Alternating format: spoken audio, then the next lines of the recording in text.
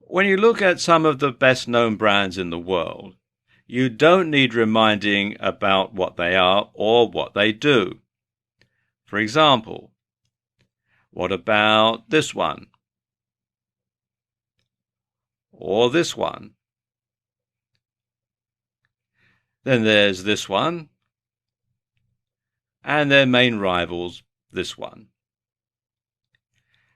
And even though, with one exception, none of these brands actually have the name of the company or the product in them, you can tell by looking exactly what the company is and exactly what they make. For example, you can tell just by looking at this collection which company makes running shoes and which company makes computer software. And in fact, if a brand is really successful, you only have to see its name or logo, even out of context, to be reminded about what the company does or what the product is. I mean, for example, take a look at this photograph here. Now, if you're familiar with the brand, you'll know that even though it's on the side of a racing car, it's got nothing to do with motoring, it's got nothing to do with motor racing at all. But you know exactly what it is, and if you live in a market where they don't sell this, I'll tell you it's an energy drink.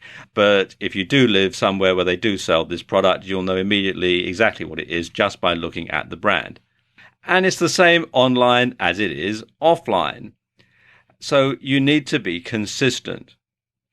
So if let's say you're Sam Owen 101 on Facebook, and new video for you on Twitter, and new video to go on YouTube, and Sam Owen's video productions on LinkedIn, and new videos for you on Pinterest, well, nobody is going to know that you're the same person or the same business.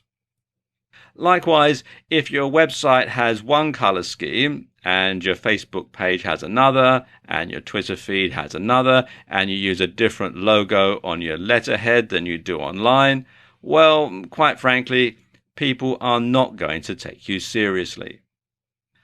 So, how can you be consistent? Well, really, this is something that you must do from the very beginning. So when you're just starting out, you need to decide on a business name. Now, of course, I suppose the obvious way is to just simply use your name, but that can be problematical if you ever decide to sell the business on to somebody else. You're also selling the rights to your name. So generally, if you plan on perhaps selling your business on later on, then using your name isn't a very good idea. What is a very good idea, though, is something that is descriptive of what you do. So if you make a particular product or you sell a particular service, then including that in your business name is a good idea. And likewise, you can also include keywords as part of your business name that will make it easy for search engines to find you, and it will sort of stick in people's minds that you are or your company is or does this particular thing, and it's a keyword that sort of lodges in their brain. Regardless, you should have something that's easy to remember, something that's not too convoluted, something that easily trips off the tongue, something that people can sort of lodge somewhere in their brain, and when they need your product, they need your service, they can simply think, yes, we can have so-and-so.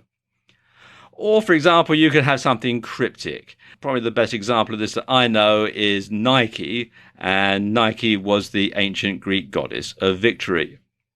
So, of course, a bit cryptic there. They were sort of thinking, well, Nike, victory, wear our shoes, cross the finish line first, that sort of thing. Something else that you really do need to do is to make sure that nobody else is using it. If you go to a whole lot of trouble of setting yourself up with a business name and then you find that actually somebody else is using it, you're going to have to start all over again. You also want to make sure that it's not deliberately confused with another more established business. And I'll give you a real life example here. Here in the UK, there is a chain of pharmacies and drugstores called Boots the Chemist. And they are a regular presence on just about every high street and shopping mall in the country. Now, I know of this guy whose name was Booth, and he started a chemist shop. He was a pharmacist by profession, and he started a chemist shop, and he called it Booths the Chemist. Well, Boots the Chemist weren't very happy about this, and I'm told that they got him to change the name of his shop so that it couldn't be confused with theirs. So you do have to be very careful when choosing your business name that you can't purposely confuse it with another company. Something else you should do is to have the same color scheme. So you want to have the same color scheme on all of your social media sites. You want to have the same color scheme on your website, and also offline. If you run a bricks and mortar business, you want to make sure that your letterhead, that your signage, if you have a van, you want to make sure that it has the same colors as the rest of your business, so that you've got a completely seamless association in the customer's mind between those colors and you.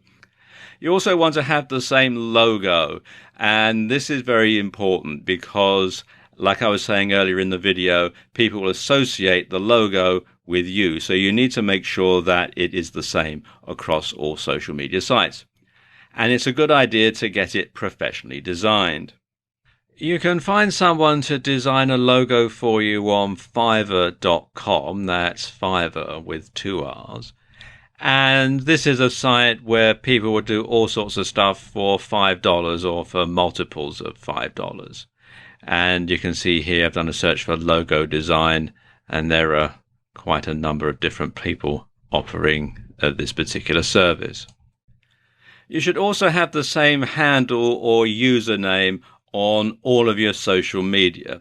Like I was saying earlier in the video, if you're one name on Facebook and a different one on Twitter and a different one on Pinterest, then people aren't going to know that you're the same person or the same business.